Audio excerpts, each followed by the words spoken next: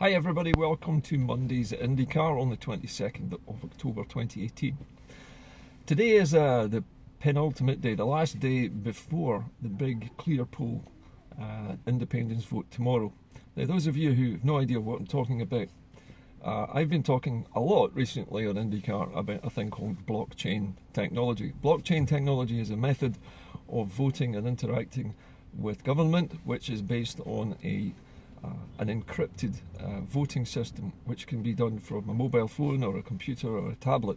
It allows individuals to vote wherever they are and from whatever device they're on using an encrypted technology which allows them to register a vote which can be seen on the system by millions of other voters using the same system. So it's impossible for anybody to change your vote without A, everybody else seeing it, and B, the entire system rejecting the changed vote. So it's a very clever way of having a secure vote without having to turn up and write on little bits of paper with pencils and post them into a plastic box, and all the carry-on that involves of counting them and the cheating that goes on and the security of the boxes. All of that can be swept away by the use of this technology.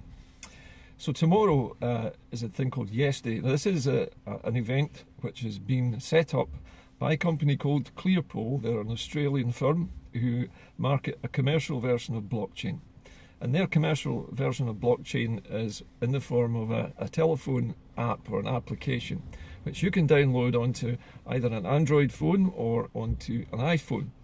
And in fact there's also a desktop version if you're using a computer or tablet. Once you've downloaded the app, which is completely free, you're then able to access all of the polls which people are running on the Clearpoll system and vote on whatever you wish. And you're also free to set up your own polls and ask people questions that you want the answers to. So it's a very interactive and very easy to use system. But tomorrow is the big test day, because what Clearpoll is trying to do is to get as many Scottish people as possible to download the app. And then tomorrow they're going to hold an independence vote, a yes or no to independence vote. And this is partly to test the people's views on the subject, but also to demonstrate to the Scottish Government how easily this system can be used by anybody and how effective it is and how secure it is, but also how you can watch the vote as it unfolds. You can actually watch the result. You can watch the percentages changing as people continue to vote throughout the period of the poll. Now polls on Clearpoll can last anything from 1 to 2 days, but there are other constraints that you could put on a system like this. You could vote over a week, for example, so that lots of people have time to make arrangements to vote online, wherever they might happen to be. The system will depend eventually on individual identification being made and people having established that they are who they say they are by a whole series of personal identifications, would then be registered onto the system as a voter. And from then on, they could vote on everything from local elections to which councillor they want, what kind of new bills they want in their local council area. There'll be all kinds of things which can be voted upon and people's opinions can be sought, as well as elections, general elections and referendums. So tomorrow is the big day. You'll get your chance once you've downloaded the application. When you have it on your phone and you want to vote tomorrow, all you need to do is go to the top right hand corner of your phone screen where it says featured polls. And featured polls will show you the way to the Scottish independence referendum poll. It'll be clearly starred, clearly marked. All you have to do is find that poll and vote yes or no. At the end of the day, at the end of the period of the poll, the result will be published and we'll know what Facebook users think about independence, but also what people who have just found out about Clearpoll and have downloaded the app, who may or may not be independence voters, think of both the poll itself, how well it works, and also incidentally it will give us a measurement of the sentiments of people in Scotland at the moment towards independence. It doesn't differentiate between people, so it will be anybody in Scotland at the moment who has a phone will get to participate in this. So it's not a scientific poll in the sense that it's going to tell us whether it's time to go for independence. It's a demonstration of the power of a blockchain technology. It's so that we can show our own government in Holyrood how simple the system is and how much money it will save the country whenever we need to have an election or a referendum. Because it's so simple, there is nothing to stop anybody using it, and that is the hope, that everybody tomorrow will download the app and have a go. We at the moment know that at least 7,000 people have downloaded the app in the last couple of weeks, and there are hundreds joining every day. I've got the app on my phone, I've had it for several weeks, and I've run some of my own private polls on it, and it's very effective, it's very quick, and it's extremely easy to use. So I recommend that everybody have a go at this tomorrow. Clearpoll is the name of the application, just the way it sounds, Clearpoll, and all you have to do is look for that either on Facebook, on Twitter, online, download the application, and tomorrow you can have your vote. And we'll find out what thousands of ordinary Scottish people think of independence into the bargain. And anybody else who happens to be living in Scotland at the time, who might be from Europe, or maybe young people who are under the age of 18, they'll get to vote as well. Nobody under the age of 16, as far as I'm aware, is allowed to vote in this poll. But we're encouraging everybody to have a shot at it, so that we can show our government what a great tool this will be and how we can possibly use this when it comes to the real independence referendum, whenever that's called. Now, other news today, a lot of things are happening at the moment. One of the things which caught my attention this morning is the killing of Khashoggi, the Saudi Arabian journalist who used to work for, I think it was the New York Post, if I remember correctly, maybe or Washington Post, whichever.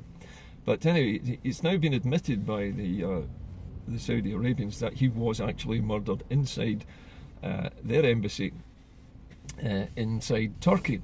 Now, because of this, there's been a huge backlash. Americans are now talking about sanctions pardon me, against Saudi Arabia.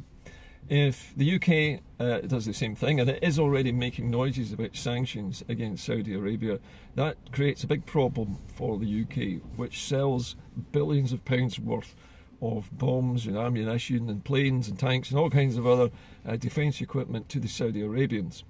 However, this maybe gives both the American government and the British government a very good reason to stop supplying weapons which are being used on civilians in Yemen. So it's a handy out for them.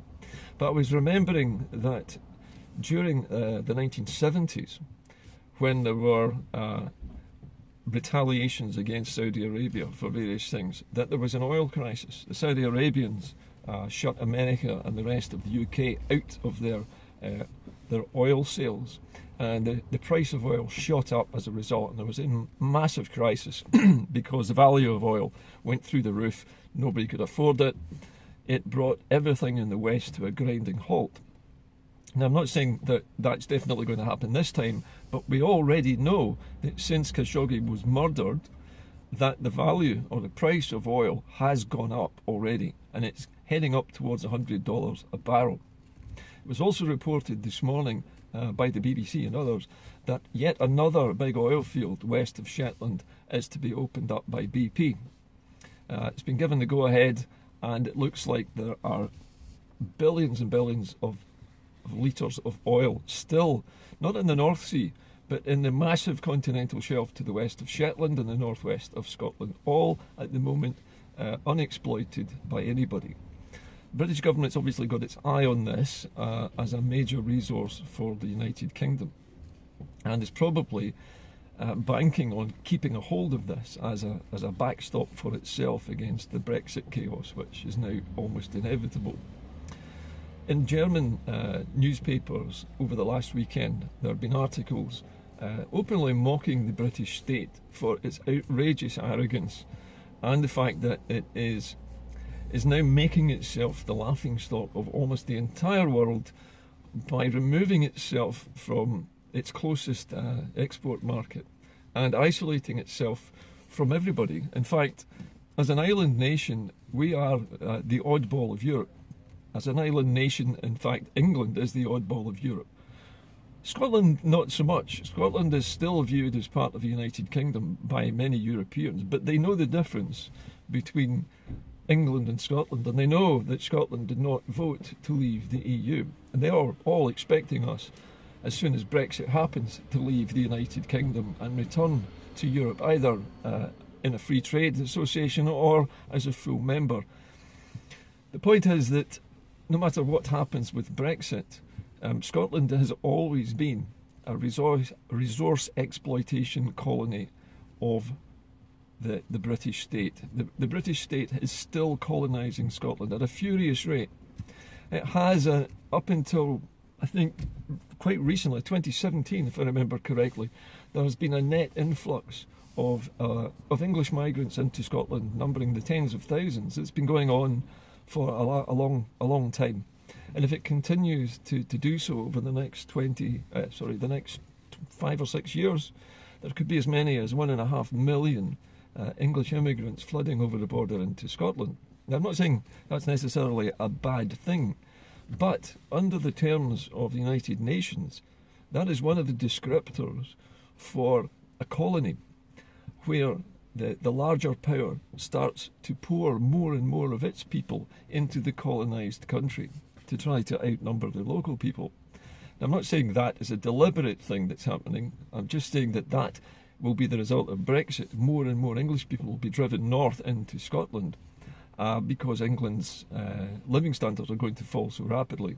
So we will end up with a lot of English migrants coming into Scotland, desperately looking for something better than they're getting in Brexit land.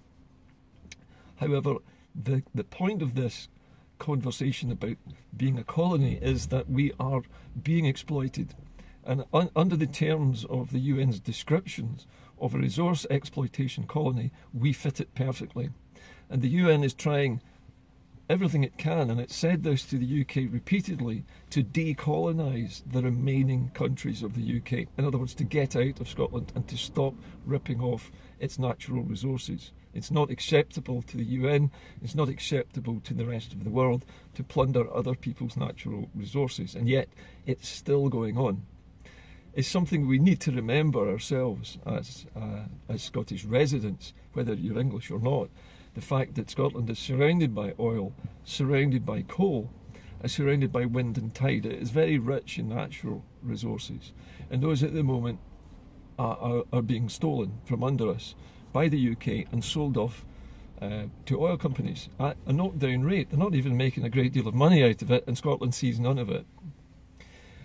So, when it comes down to it, England's continued survival is based on Scottish resources, Scottish whisky, Scottish oil reserves, Scottish gas reserves, and the new oil fields off the west of Shetland will become the cash cow for the newly isolated Brexit state.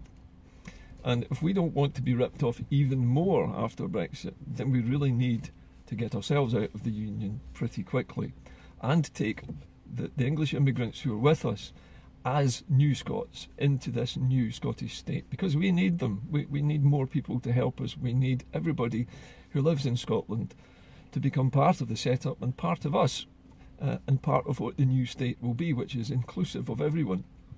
Billy Connolly was quoted widely yesterday as having changed his mind about independence, but what he actually said was that he was an Anglophile. He's a man who loves England, and there's nothing wrong with that nobody in Scotland hates English people particularly. That's not the point. But he said, as an Anglophile and as a man who has made a lot of money from working in England and with English people and has made a lot of friends across the UK, it was a big leap for him to change his mind. But he's now saying he thinks it might be better if we became independent. But Billy's got a book coming out, and Billy's trying to sell his book, and it might well be that his PR company has said, look, if you change your mind about independence, that will get you a lot of publicity for your book. So Billy might be quite genuine in his view that he's changed his mind, but his PR company is exploiting it to sell his book.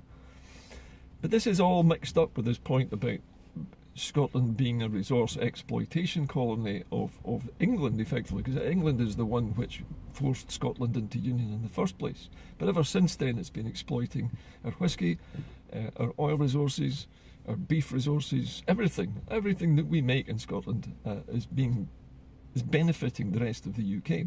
Our tax money is benefiting the rest of the UK. Our oil money benefiting the rest of the UK. A lot of what we make and sell and own is being removed and used to fund activities in England, Wales and Northern Ireland. We never see any benefit to it. We've been exploited for generations. We've been exploited for centuries. And the UN says that it's time that the UK stopped doing that. So one of the things we have to do when we are campaigning for our own independence, and the blockchain vote tomorrow is just a demonstration of the technology that we're going to use to do it. But when we do campaign for it, we have to remind people, whether there are English immigrants to Scotland or not, that what is in the seabed around the Scottish coast doesn't belong to England. Scotland doesn't belong to England. Just because we voted to stay in the Union in 2014 doesn't make us anybody's property, and it doesn't make the resources of the Scottish coastline belong to anybody else either. They still belong to the Scottish state, and they always have done. It's just that we are allowing the English state to remove them and to take them away and sell them for their benefit, not for ours. And because we continue to allow that, they're getting away with it. It's not because English people are evil, it's because the people who run the British state are exploiting Scotland's natural resources, because they have few of their own and they have a very poor balance of payments when it comes to overseas trade.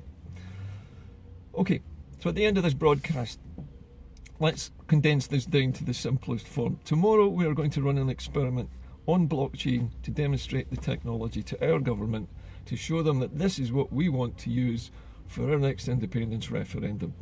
If people are saying, well, what about old people who don't have mobile phones? You can buy a mobile phone from China for about 25 quid. You can bulk buy these things.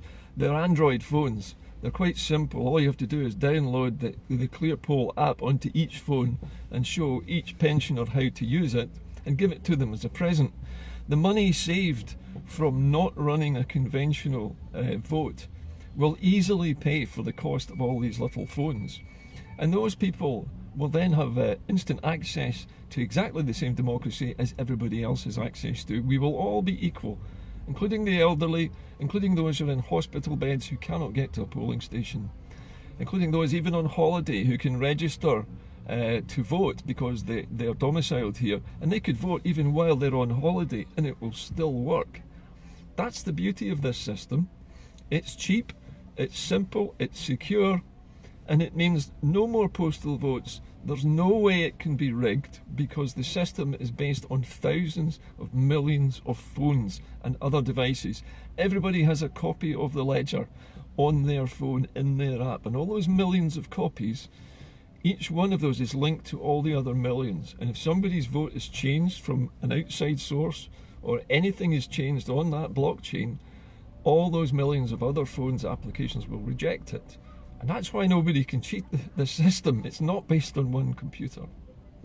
So I urge everybody to get behind the blockchain tomorrow and download the Clearpoll app as soon as you can. If you haven't already got it, get it today, take part tomorrow, and let's show our Scottish Government that this is how we want to vote. And also to give people a good idea of how strong public opinion is in favour of independence tomorrow. With all the nonsense going on around Brexit, with all the chaos that's going on with oil prices, America pulling out of every single deal, the threat of nuclear arms escalation now between Russia and America and China, with all of this going on, we need to control as much of our own future as possible and not leave it in the hands of folk like Theresa May and Boris Johnson, who, let's face it, couldn't run a bath, either of them. The country is going to hell in a handbasket. The German newspapers and French newspapers are openly mocking the UK. They've said, and I quote, that Britain cannot even get to the exit without tripping over its own feet. It's had 2 years to figure out how to leave the EU, and it still can't get to the exit. And we are the laughing stock of not only Europe, but the rest of the world. And the only way that Scotland can get its credibility back is to stand up, get off its knees, grow a bit of backbone and say, right, blockchain vote now, we're leaving the UK, we're taking back ownership of the resources which are being exploited, Everybody from England who's already here is welcome to stay. All Europeans, welcome to stay. And everybody else who's in Scotland at the moment who wishes to be Scottish can stay. But if they do that, they have to accept our new constitution, and our new constitution is what will give them the freedoms that they don't have in England. It will give everybody the same freedoms. And the blockchain technology we're trying out tomorrow is one of those freedoms. It's the instant access to every law in Scotland. It's instant access to the Parliament. It's access to be able to change laws by people using their phones to vote and to say to their politicians, this needs changing, and they will have the power to do that under the Constitution. So tomorrow is a big day. It's the start of something new, and I urge you all to take part. Clearpoll, download the app, take part tomorrow. It's the start of a new technological future for Scotland, and it's the beginning of something better for us. Instead of going down the pan with the British state, backward looking, closing its doors and living in some misty-eyed 1950s illusion, we'll be living in the real world. We'll be taking our own decisions. We'll take back control of all of the resources that belong to the country, and we'll use them much better for the good of everybody here, including those who've migrated from England and elsewhere. I'll see you all tomorrow. Bye for now.